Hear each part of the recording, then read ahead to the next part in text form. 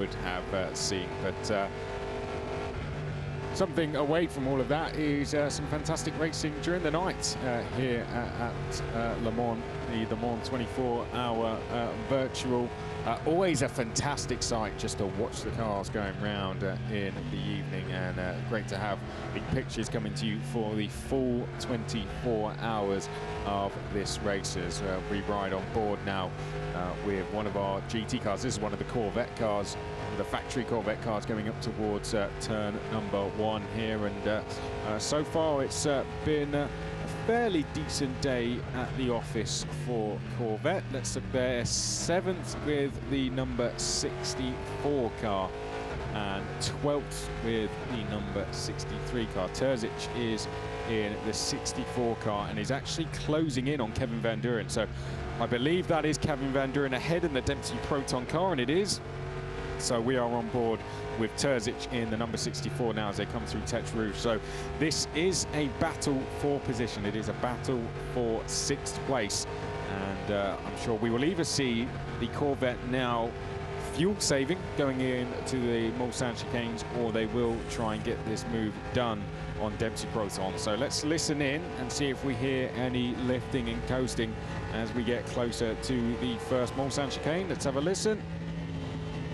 Yes, there you can hear it, lifting off the throttle. So Terzic on fuel-saving mode during the night. It's two things though, isn't it? You're getting closer and closer, but you know that perhaps if you carry on that momentum, you're not necessarily going to make a clean pass. And going into those chicanes, it's amazing that whilst they're there to slow you down, the first part of both chicanes on the Mulsanne straight is actually quite a fast entry. You carry your braking all the way through, on that first one at least, until the left part, not the right part. So it's actually a bit tricky to get a proper dive down the inside done at either chicane. And so for that Corvette, as long as it's sitting close by and he's happy with the pace of the Dempsey Porsche, no need to risk anything.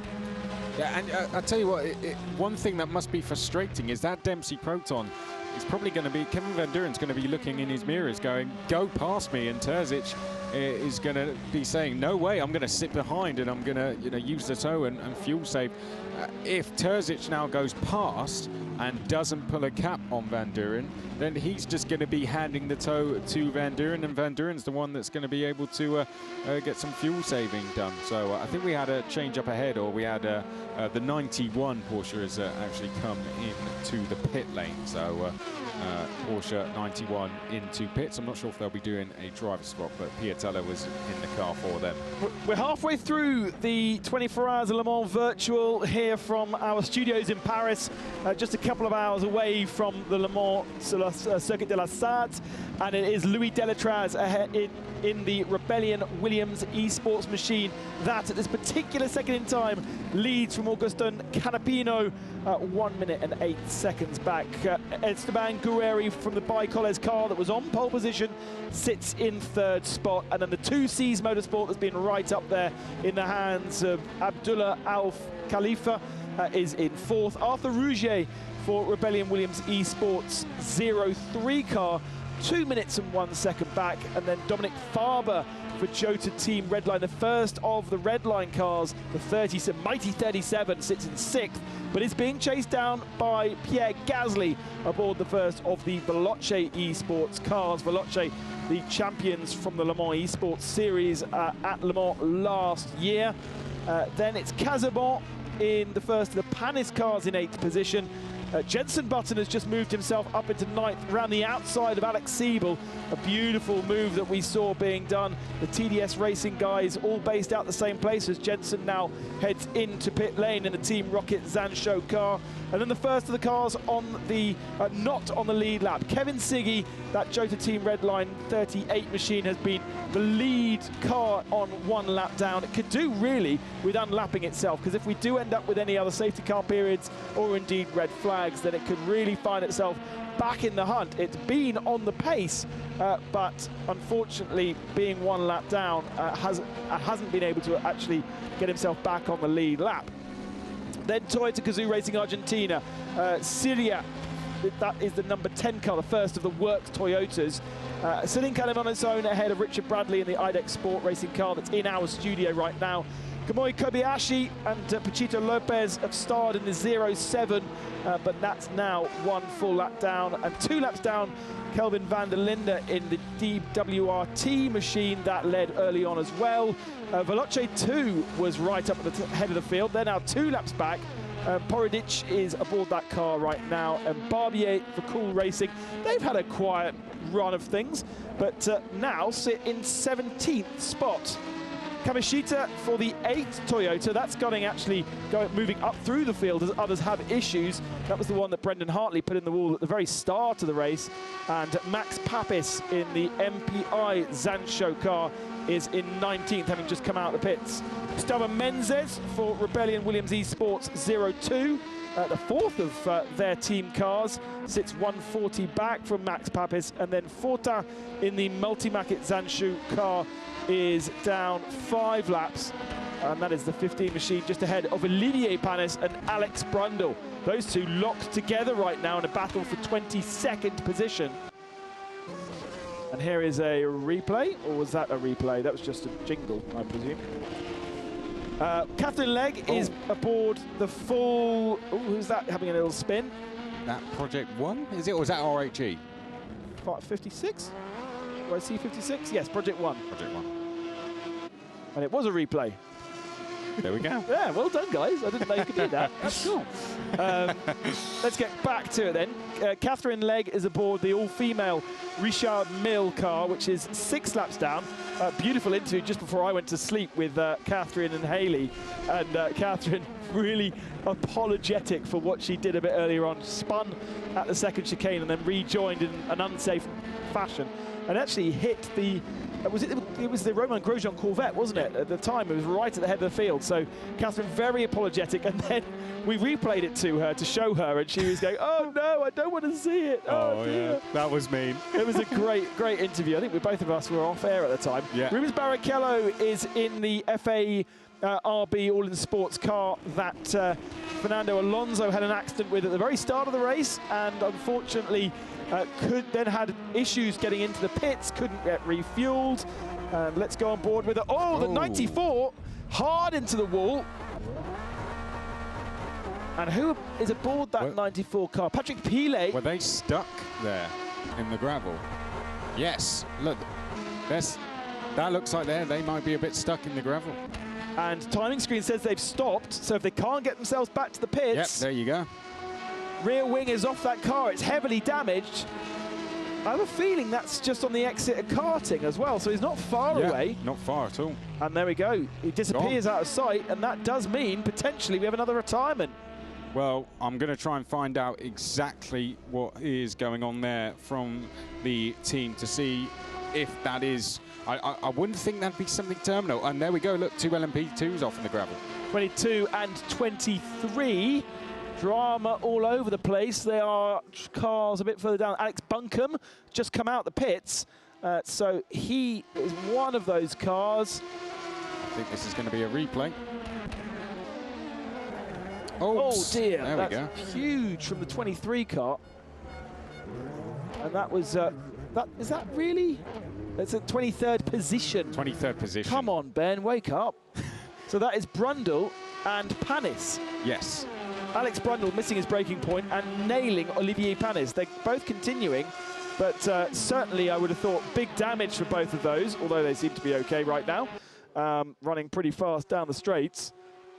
But we do have race control. I just saw Eduardo Freitas reappear, having had his sleep, and so race control will be looking into that, because I'm pretty sure that is not really on. And Alex Brundle just missing his braking point and catching Olivier Panis going into that first chicane. Sorry, I've asked the guys at Motorsport Games have been updating me, and it was sort of obviously asked on air any update on what happened.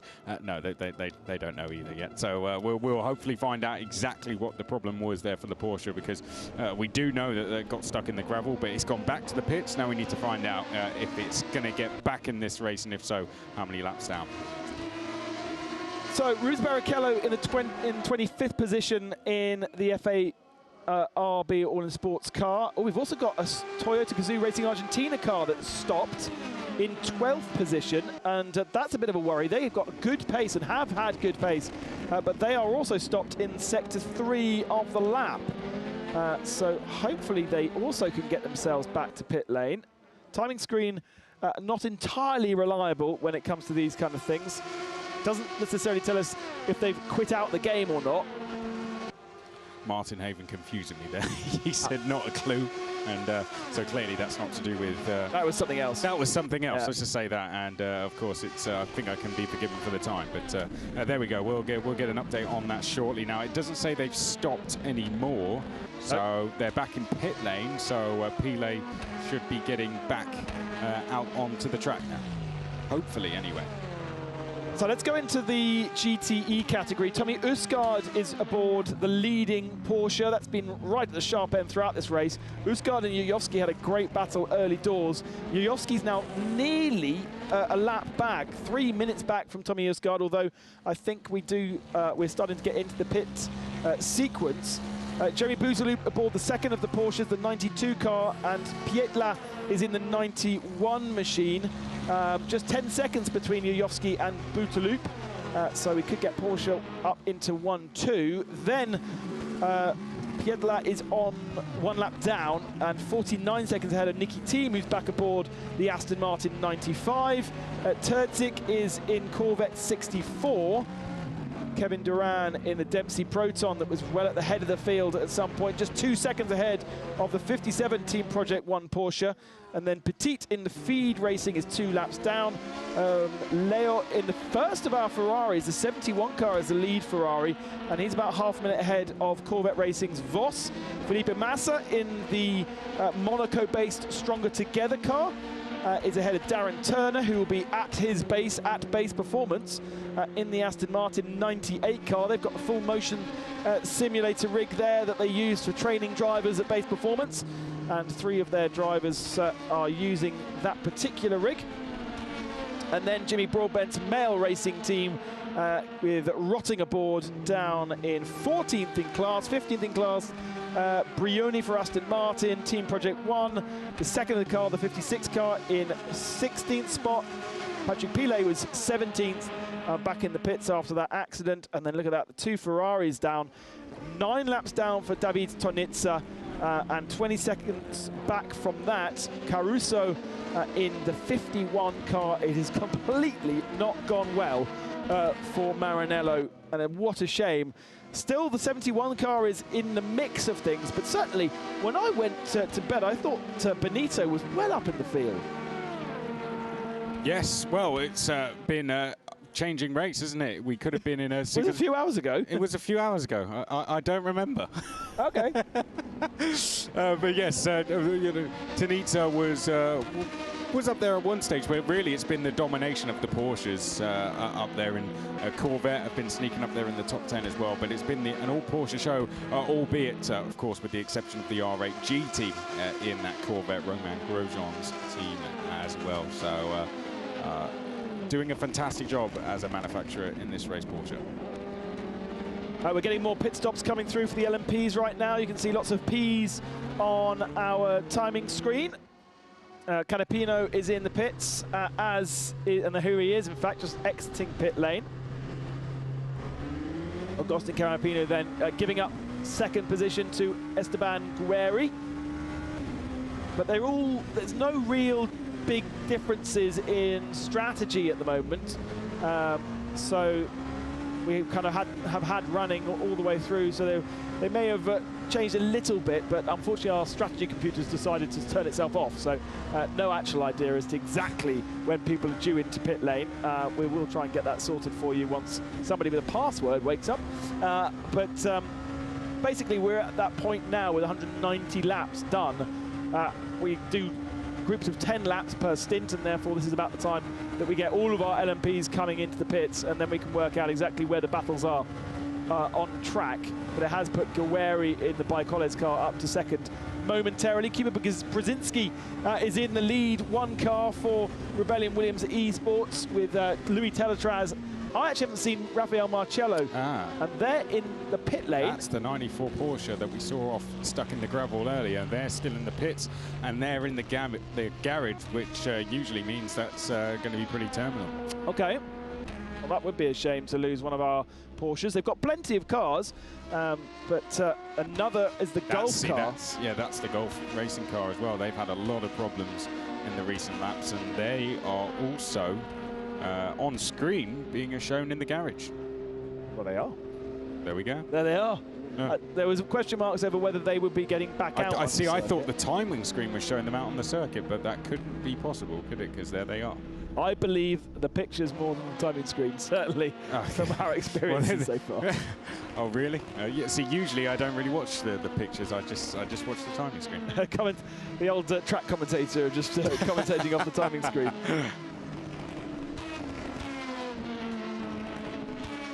Great to have you with us from all around the world. If you do have questions, please use the hashtag Le Mans 24 Virtual. That is where we are kind of basing ourselves, and these are the early hours of the Le Mans 24 Hours when interaction is key, and we are following the leading car. The illuminated number is the position, of course, rather than the car number. So that is Hubert Brzezinski, who shares the car with Nikodem Wisniewski, the two kind of established Polish Williams esports drivers, and then Raffaele Marcello and Louis Delatraz.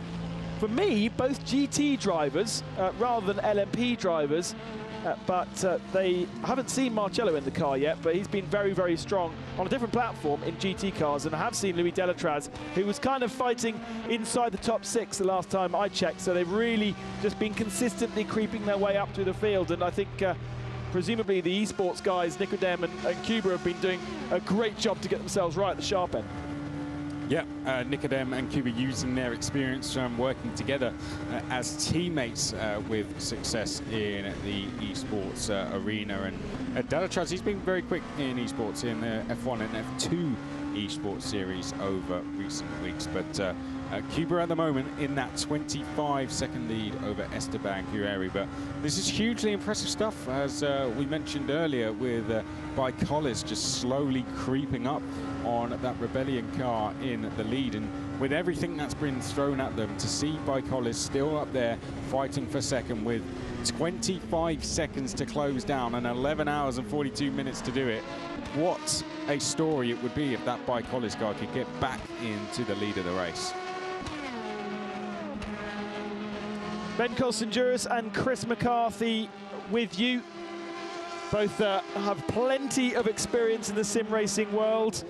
Chris has been commentating on all kinds of different things during this lockdown period, but initially with huge experience on the Gran Turismo platform, and I've been very lucky also to be commentating across all different platforms, having raced myself, and now back to racing again in sim racing, which is really cool. Raced myself in karting and in the virtual world as a kid, and then gave it up for about 10 years, focused on real life and realized life's no fun without a rig. So got myself a rig the last couple of weeks. It's been helping me a lot to understand exactly what these guys are going through, and Chris, pretty much the same thing. Although, how's your rig at home? Do you have a rig at home? I wish I could. I wish I could fit one in my room at home. Well, this is the same thing. This is the same issue, but I found the TR1 from Redline, which was small enough to fit in my office. Right. There you go. Yep. So, no, I don't have one at the moment, but you know, I'm desperate to get back out and to get a rig together and start racing, you know, competitively on something like rFactor 2. But then again, with what we do, it's having the time to do it regularly, because you might be able to go and do a round or two, but then committing to a season, you start finding yourself working, and particularly with what we do on the weekends when everyone else is racing it, and it becomes quite difficult to do a championship. What championship is it you're in at the moment? I do the Skippy's Mofo race series on Tuesday evenings from 8 o'clock 8 o'clock UK time. And interesting name. I don't know why. We've had, over the last couple of weeks, what's been amazing about racing in the sim the last couple of months is you get people were popping in. So I kept being binned by Alice Powell. Oh, there's the Toyota. Losing control and then taking out while sliding across the track at Indianapolis. Rubens Barrichello, I think that was. It may not have been. It may have been. I thought that was that the Richard Mille car? Yeah, I think it was actually Catherine Legg this time being hit rather than doing the hitting. Completely innocent bystander and losing a position therefore to Rubens Barrichello. That's why it doesn't quite marry up on my timing screens. But she is running again and running at a half-decent pace, so obviously not too much damage to that car. And it was the Toyota Argentina entry, which is Fabrizio Gorbi. And the last time I looked, before I went to sleep, they were up in 3rd spot. So they've had a dreadful run of things. Now down in 19th position, but this is the way endurance racing goes. It's the case of all 4 drivers. What's the pace of all 4 drivers rather than just one single driver? And you know, you save some of your drivers. Perhaps the slower driver will only need to do 4 hours, but it's kind of filtered through in one way or another, and things have changed. So yes, going back to racing at the moment has just been a pleasure. We actually have Adam Christodoulou within our league, so he races on a weekly basis with us, which is super cool, and he brings in friends. So when the W Series were kind of getting themselves up to speed and learning about sim racing and the platform iRacing at the time, they were all joining in with our series, getting used to stuff. But at that point, because they were just doing their first laps, they were absolutely useless and getting in the way, and it was a bit annoying actually, because you get these pro drivers coming in and you go, oh gosh, wow, this is exciting. Yeah. They're pro drivers, but form book ripped apart. Much like this, you start all over again, because all of these pro drivers that we know and love are actually rookies when it comes to sim racing, and there's a lot to learn. I mean, it was appalling. I was just appalling when I first started 2 months ago, but if you do give yourself enough time and enough experience and train your brain and train your eyes to digest all the information that sometimes when you're in a proper machine, in a car, you would be feeling through the bottom. You don't feel it through your bottom in sim racing, so your head has to do all the computing. It's tiring, but once you've trained your brain and your eyes to do that, then suddenly things start to click, and suddenly you can throw the car around, move the car around like you would do in the real world. I love a bit of oversteer when it comes to karting or in real cars, but I hate it in sim racing because I didn't know when the car was breaking away. I couldn't feel the rear end, but now my brain has computed it. I'm back to kind of dancing with the car and playing with it, and it's great fun. So I really enjoyed my league on iRacing, and I also have a lot of time for Assetto Corsa Competizione, which is just stunning, and I love a beautiful thing, and so ACC is the place for me. But this also just looks so realistic right now. rFactor have done such a fantastic job with their latest lighting update to really make this pop in a way that it hadn't really done before, and really hopefully invoking the spirit of Le Mans inside you in these early hours of the morning. I was going to go and do some investigating there. I was going to have a walk over to Race Control and see what the score is with our number 94.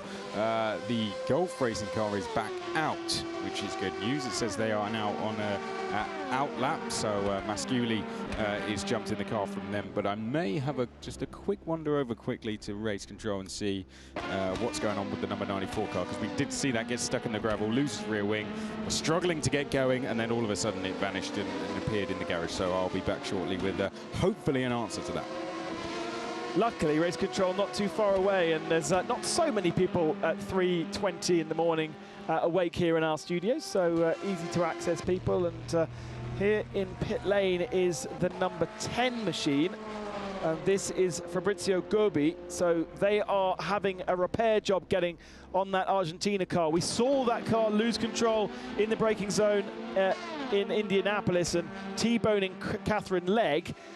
Catherine is still out there and still running, although a bit of a mistake by the looks of things in sector 1 of that last lap. But repairs needed for Toyota Gazoo Racing Argentina. That's a big shame for them because they were running very strong early on. But it's all it takes, just that slight bit of concentration loss, and then a spin contact with the car or wall, and it's all over. We're watching Cool Racing. And Cool Racing with one of those cars right at the tail of the field. Erwin Barbier is aboard that car, and three of these drivers, Antoine Bourgat, Erwin Barbier and Nicolas Lapierre, all running from the base. In fact, I think all four of them are running from the base in Roche-au-Foron. Just going to check that, because I say this like I know exactly where it is. La Roche-sur-Foron, I was right. La Roche-sur-Foron is a tiny little village on the border between France and Switzerland near Geneva. It's a place I drive through every time I need to go to Geneva Airport. And my father was extremely excited always to tell me that Cool Racing were based on the road between Geneva, the airport, and my house in the French Alps. And so all of those drivers are at the factory. So shout out to Nicolas Lapierre, who I'm sure is asleep right now. Erwan Barbier is the driver at the wheel of the car, and they're all sharing the simulator at Cool Racing. So they will be jumping in and out of the same simulator rather than doing driver changes, as we've already described, by clicking one driver in and passing it over to another driver in the another part of the world. A benefit to have everybody together, like Ferrari have done with Maranello, although Giovinazzi and Leclerc are not in Maranello. Pretty much everybody else from that team are. And Cool Racing, the only other team to have a full set of 4 drivers in the same place. We've got 3 drivers for TDS in the same place, but Larry ten Voorde, the 4th driver, is in Germany. We've got a couple of guys sharing a sim at their home, so Gasly and Jean-Eric Vergne. Those 2 are sharing a sim in Paris. Alex Lynn and Harry Tincknell are sharing a sim in Putney in London. Pierre Rag and Thomas Laurent sharing the sim here in our studio, along with the IDEX Sport duo as well. So different, and also Gulf Racing's Ben Barker and Andrew Watson, they're in London too, sharing a simulator there. And as we mentioned before, Base Performance are hosting 3 of the Aston Martin drivers, Darren Turner, Johnny Adam and Ross Gunn, in their state-of-the-art, high-quality driver training simulator. And shout out to Rob, I think it's Robin Bales, who's part of our Mofo League, and Robin is their engineer, so working alongside them.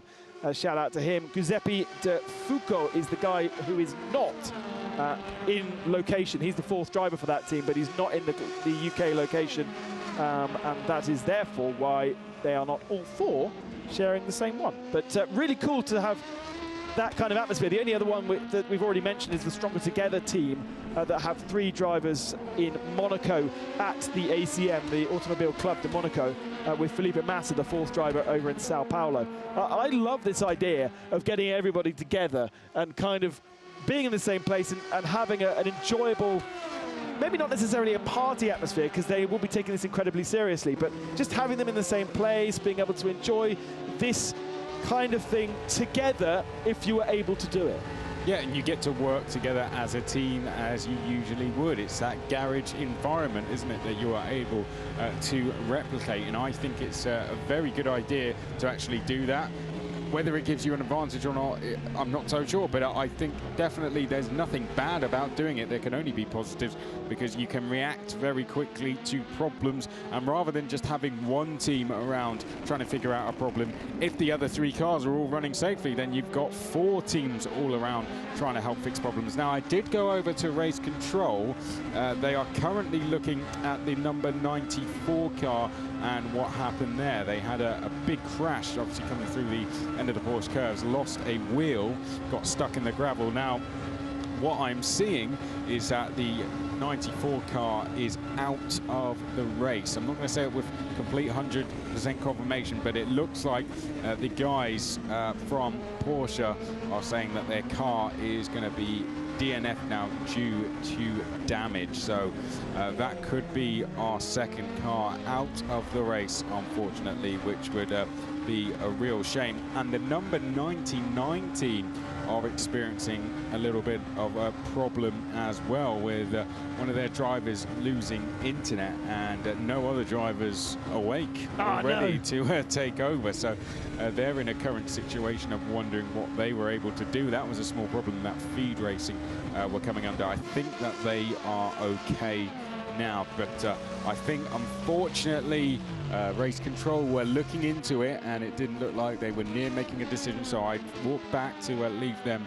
Eduardo Freitas and Dave Prescott currently looking into that. But sadly, it looks like we may have gone from 49 cars to 48. And that's a bit of a kind of a rookie error, really, because as you well know, having that reserve driver always is so important. So, well, whilst you've got one driver doing the driving, there is always another driver on standby, whether it be the real Le Mans or any endurance race that I've done on a sim platform, ready to take over if the driver that's in the car has an issue. And we saw it earlier on. Of course, it's much easier during the day to do it, but with Simon Pagenaud having his issue with his rig, Juan Pablo Montoya was there to jump into the car instantly, and you need to have that reserve car. So yes, it does mean that perhaps you don't get as much rest in the middle of the night, but it's so important. You can't use everybody else's asleep as an excuse for missing hours of the race. Yeah, it was just simply that they weren't able to get hold of any of the other drivers, and presumably asleep. No one's picking up. Basically, no one's picking up the phone,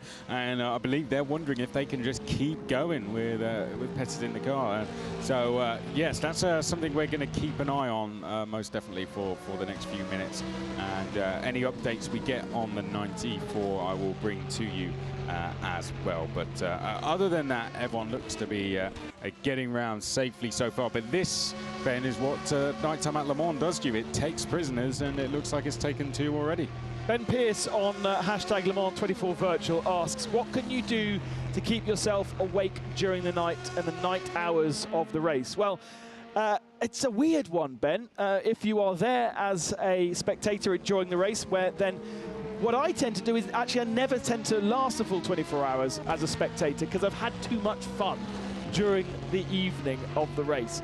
The simple answer is, if you want to do the full 24 hours, drinking too much is not a good idea in the evening of Saturday night, which you obviously want to have a couple of beers and enjoy the concert, enjoy the fireworks, enjoy the incredible party atmosphere that is all around the circuit. It might be a massive circuit, but there are campsites and pockets of fans everywhere that you can enjoy. So don't drink too much beer if you're a spectator, and then you may well be able to last through. But you have to keep yourself moving, you have to keep yourself occupied, and of course, as commentators, we have to find the next story for you so we can keep our brains working, and that keeps us awake. As drivers, they will be absolutely buzzing. Whilst they're driving, they won't be thinking about going to sleep, they won't be thinking about being tired. There's far too much going on for them to even think about sleeping.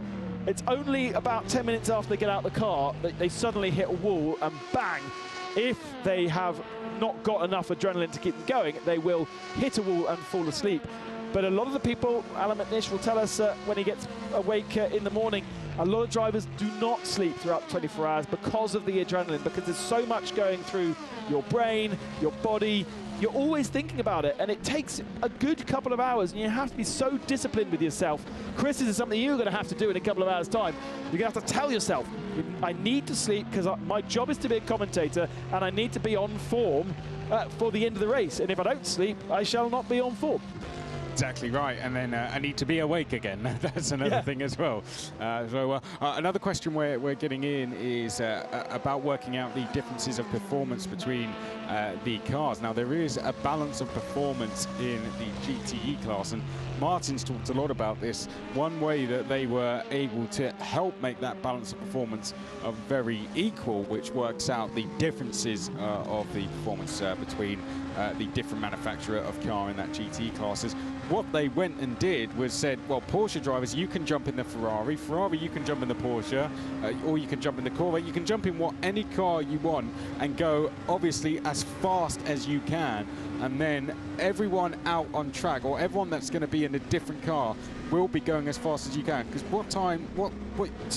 what sometimes could happen is, say you're the Ferrari team, you might tell your drivers, right, go a little bit slower, sandbag if you like, and when we get to the race, our balance of performance is going to be a little bit better.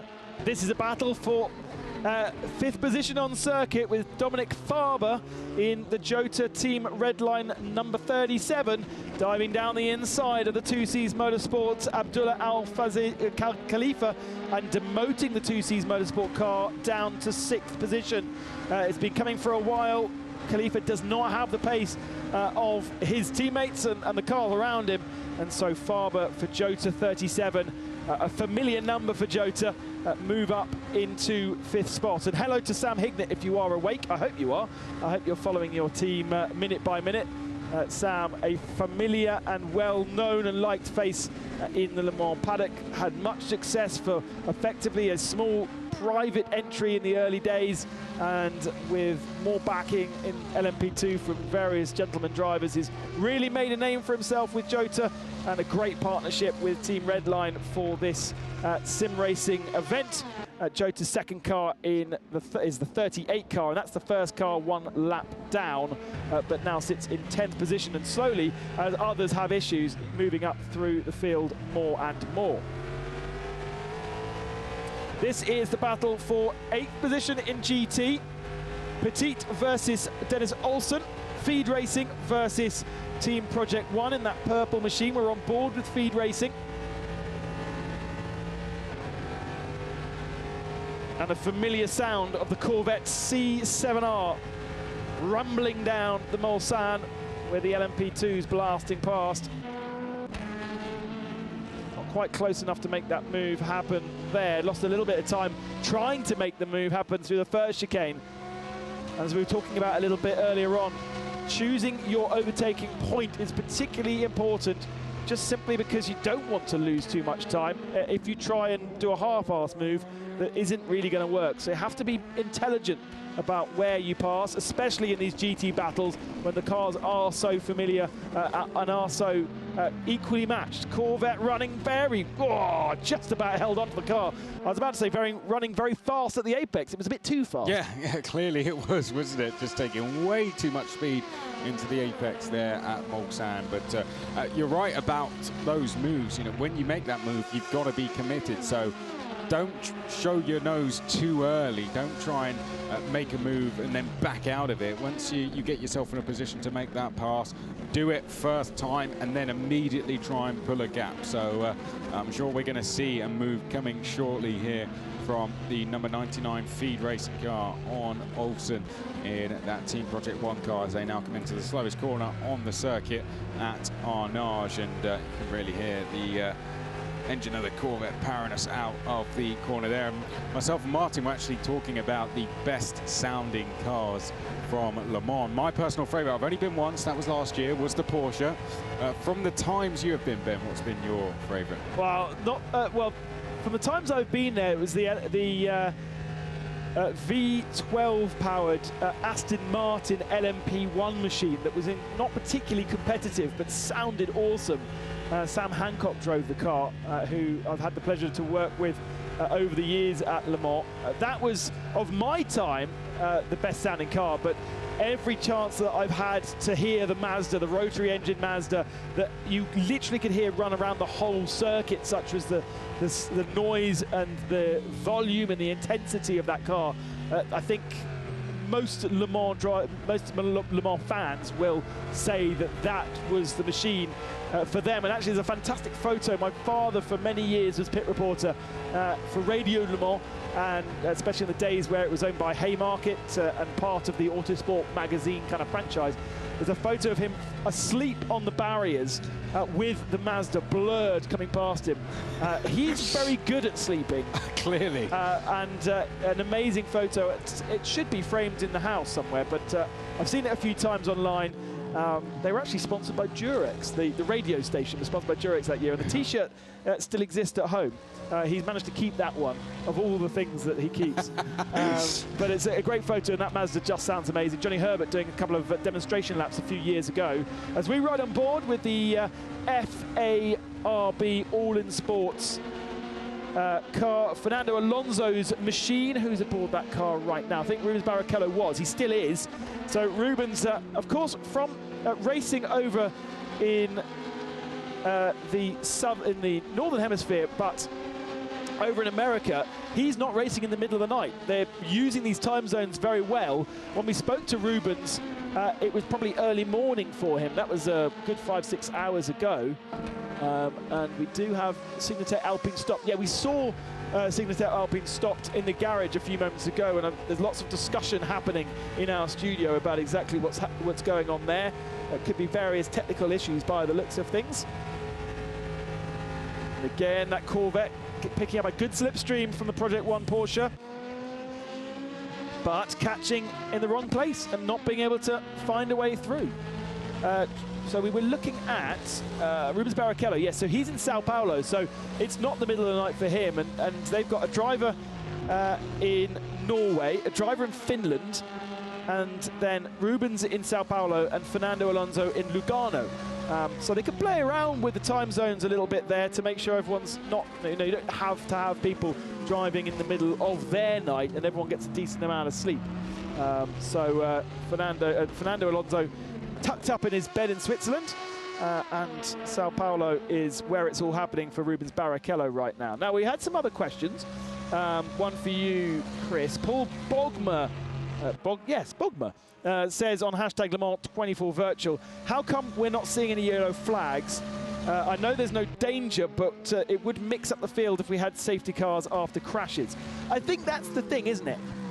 You don't need to have safety cars because a safety car is there to neutralize the field, to make the track safe, so that marshals can do their thing with repairing barriers and extracting drivers out the car. It's not necessary in sim racing, therefore a safety car is not necessary.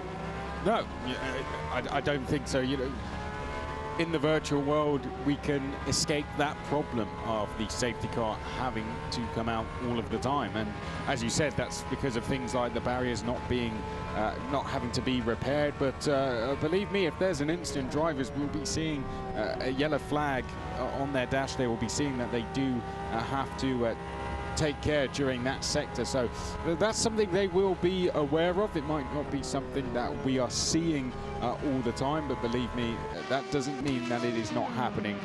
And the less safety cars we can get in Le Mans, the better, I think. Yeah. You know, we had to get one earlier because of the red flag incident we have. But other than that, I would never really expect to see one. Yeah, absolutely. And Eduardo Freitas, the real race director of the WEC and Le Mans, was kind of struggling with this philosophy. We do have a safety car. We've got a rig set up for the safety car, so we can put one out at any time. And I said to Eduardo, will you be using that? And he's kind of struggling in his brain to say, well, is there a necessity for it? Yes, if there's a big crash, maybe it feels right to put the safety car out, but at the same time, nobody likes a safety car, really. Us as fans enjoy bringing the field back together, compressing it, like they do, obviously, a lot in American racing. But the drivers don't like it because they've worked so hard for these gaps. You know, they're a couple of tenths faster than the next guy. So a lap after lap after lap, they're a couple of tenths faster. They build up a 12-second advantage, which has taken them an hour and a half to do. The safety car comes out and nullifies it totally, and it feels so frustrating. So from a driver's perspective, they are much happier having a real result coming from their efforts rather than every 2 or 3 hours getting a safety car to compress the field. But I do agree that sometimes from a fan point of view, it does add a spice. Yeah, I mean, particularly if we're going into the final hour and, you know, maybe we have 5 or 6 cars on the lead lap, and then we see a safety car and all of a sudden there is less than a second between the top 5.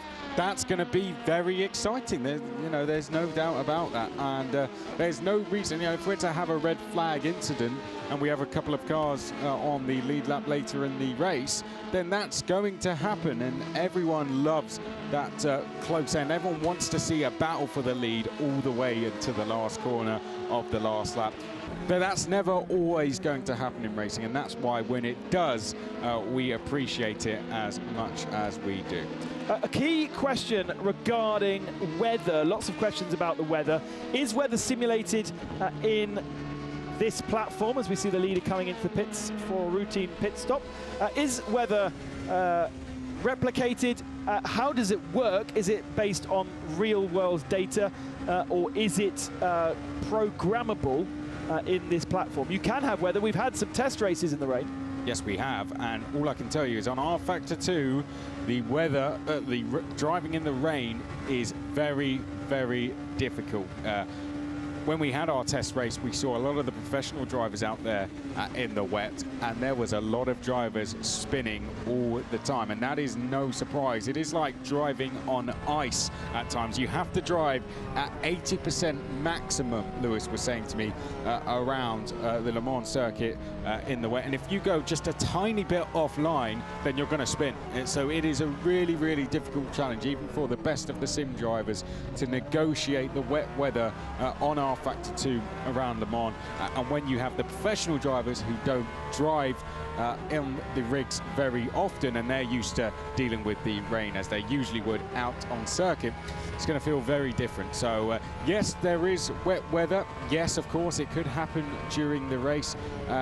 It's not quite, I'd say, replicated in the sense of when the drivers are out there on circuit at Le Mans, it will probably feel a little bit different, but I'd say it's actually more difficult, so I don't think that's something fans would complain about. And is it able to kind of replicate what we would see at Le Mans? So could you say, take the weather from, I don't know, your favorite weather forecast app, program it in, so if it rains at Le Mans, it rains in the game? I've seen that done before. Yeah. I can't say if I've seen that done exactly on R-Factor 2, but I have seen that done in virtual races where they've said whatever's going to happen in that part of the world is going to happen in this race, or say, you know, the Interlagos track, for example, whatever happens there for the next 6 hours, that's what's going to happen in our race. So yes, that is something that does happen. But it's not something that's happening in this race. We do have control. No. We have control of the weather. Yes, we are kings. We do. We have control of the virtual weather in this race, and it could rain. I'm not saying it's not going to rain, but if it did, it would be a huge struggle for everyone. And we would rather, we have amazingly seen complete dry races at Le Mans. Le Mans is very well known for throwing up weird weather, such as the shape of the circuit. You can have rain at one part and not at the other, and it's a very flat part of France as well, so the rain rolls in and we have huge thunderstorms, spectacular thunderstorms. When it rains, it does rain hard, but I don't think we're going to have any dodgy weather on this particular race, hopefully, but who knows? On board with Rubens Barrichello over the curbs at the Ford chicane. The pit stop cycle coming in, and we're about to click into 200 laps here at Le Mans with just over 11 hours remaining of this very first 24-hour Le Mans virtual. Good question has just come in as well. Where has it gone? I've lost it now. Damn, but thank you very much for whoever asked. Is there any talk of this becoming a annual event? Now, the first and easiest answer is you'll never see anything like this again. This is the weekend of Le Mans. Normally, hopefully, we will be racing for real at Le Mans for the foreseeable future on this weekend. And because of the busyness of all of these drivers with the contracts that they might have, you know, we've got 5 present Formula 1 drivers in this field. No way would you get them doing a sim race on their weekend off, although Max Verstappen is known to be doing that. Certainly we saw him at the start of the year doing 24-hour races, him and Lando Norris. But a lot of these drivers I don't think would commit in the way that they have done, because of the practice also involved, if they had a real world program going on. So it's never going to happen in June, and it's probably never going to happen with the field that we have today. But it certainly, I think, could happen, and we've heard rumours, and this is exactly the kind of thing we like in the middle of the night to say. There was a kind of a chat with the boss of WEC organisation, Gerard Neveu, that he would like to see something of this nature happening in the off-season. Now, of course, there is one problem with that, and we didn't get into the discussion, but WEC's off-season has been the summer. Yes. Because they have been running this alternate calendar that starts in kind of September time and runs through to Le Mans, and Le Mans being the double points last round. But because of the pandemic, it's going to be a bit of a switcheroo now, and the championship isn't going to end, I think, until next year at some point. and it's going to combine a second Le Mans into the championship series. So they're still going to get all of their races, and it's effectively going to place the championship back into the rhythm of conventional championships by starting at the start of the year and ending at the end of the year. So, okay, we could be going back to that, but if he does decide to switch back to the idea of having a season that is offset, then his off-season's the summer, and that's just not going to work. So who knows? That was a battle. That was a change for position, by the way, for 5th position. And that was our... I was about to say it's the 33 car, but it isn't the 33 car. It's the 3 car, losing a position to 31. So Thibaut Casebon in the Panis car, that's why it's blue, has just got past Isaac Price in the Rebellion Williams Esports car. Isaac, a very likeable Brit for the Williams team, has represented Williams in the F1 Esports series, was their 3rd driver for last season's competition. But one of those drivers that is able to adapt to all these different platforms. And Chris, it is so important to emphasize that a guy who is fast on especially the F1 Esports platform doesn't guarantee that he's going to be fast on rFactor 2 or even iRacing. No, because you can drive the F1 Esports with a controller, with just as simple controller as you usually would, because the F1 game can be played on a controller now. A lot of the drivers in that will most likely use a rig, which they will then switch over to get their PC all set up so that they can play something like rFactor 2 or other platforms out there. But it's a completely different feel, you know. F1 Esports is the F1 game, sorry, is going to feel very different to being in rFactor 2, let alone what car you go in, because the physics of the game are just going to be completely different to something like F1. I'd say it's a little bit of a step up from something like F1 Gran Turismo 4, so that's going to be your almost bottom level of sim racing, and then you get to rFactor 2, which is probably the highest, amongst the highest level you can get in sim racing. And then there's rFactor Pro, which is something all the teams will use, and that's something that us people will never be able to have a go in unless we are lucky enough to go to a Formula 1 team one day. And it's all about how the marketing team, how the design of the game is being focused to a particular audience. So F1 want their game to be as accessible to the general public as possible, so it can sell as many copies. rFactor 2, as for me probably the purest driving form, comes from rFactor Pro, as you say, and rFactor Pro is designed for teams to do testing before they go into the real world. So it's all about how this platform feels, and it isn't easy to drive a racing car. No. It is not like Gran Turismo, where you could just jump on and drive with a pad and still be fast.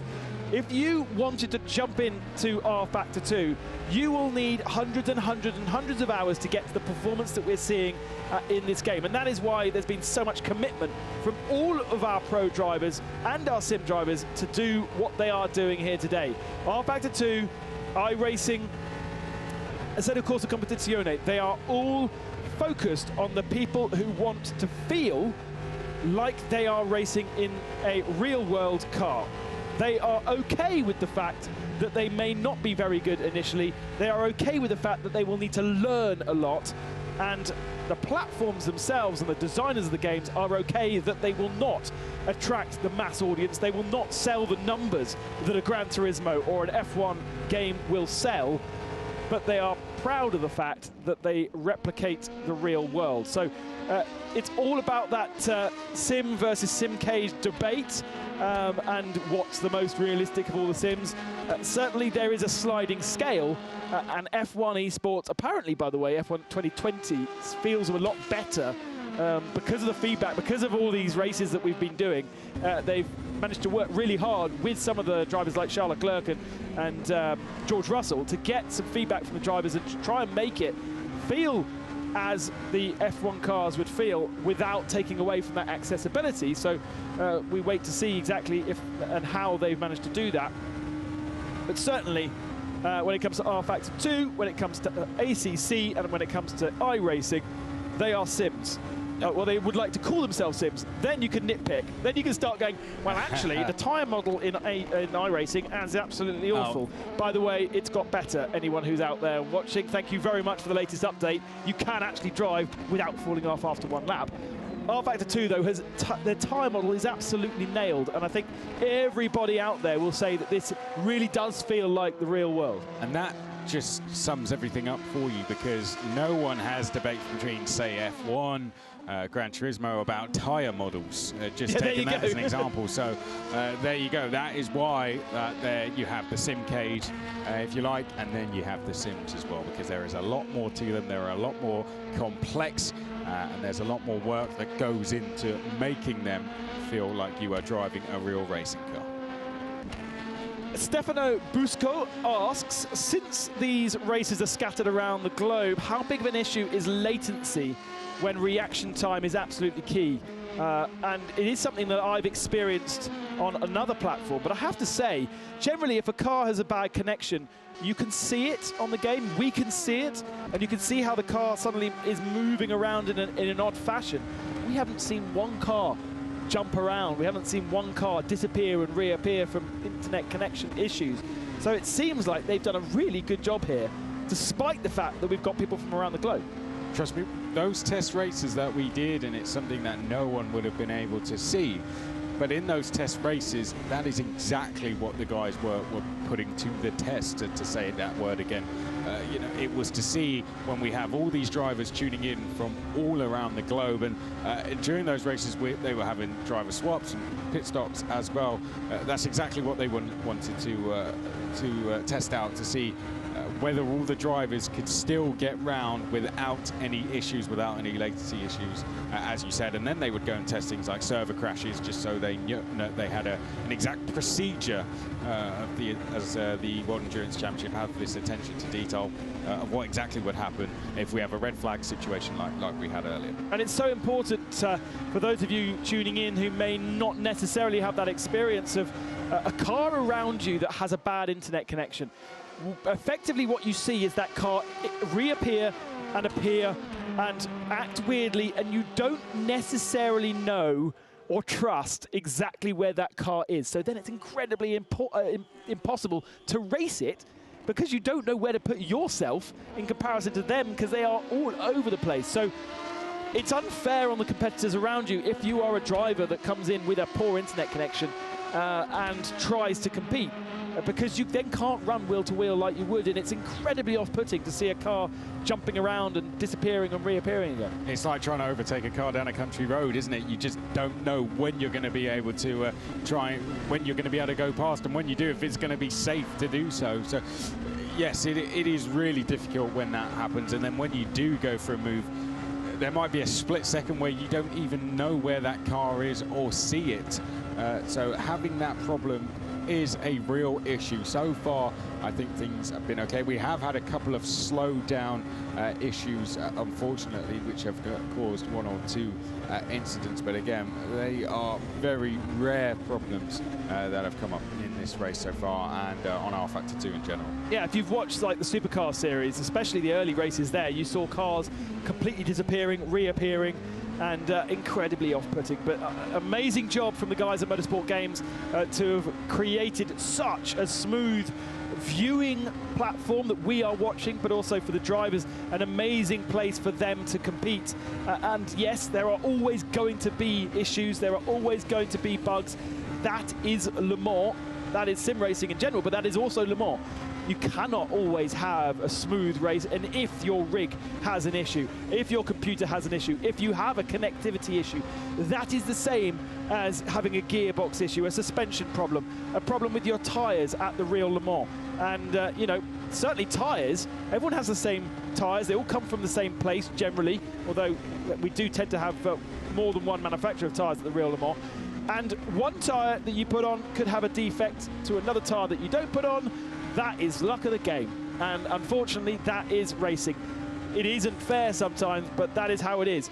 So for those issues that we've been seeing on this platform. We take away so many issues that are in the real world, but we add new ones. And so we've just got to get used to that a little bit and try not to moan too much about it. We're watching, by the way, the car in 8th position. This is Casabon in the Panis Racing AAA car. He is catching, and has been catching, Pierre Gasly for the last couple of laps. Gasly racing in the Veloce Esports 1 machine that he's sharing with Jean-Eric Vergne. In fact, he's sharing the rig. So somewhere in Paris, those two are in the same place. Presumably, Jean-Eric is asleep whilst Pierre is doing the night stints. They've got Jarno Opmeer, who was an F1 Esports driver for Renault. I'm not sure he still is now. And Isaac Gillianson, the two Dutch drivers. And Veloce Esports 1 is now the leading Veloce Esports car. But looks as though, to me, Pierre Gasly may lose the position here. He did a really, really good job early on in the race to get himself past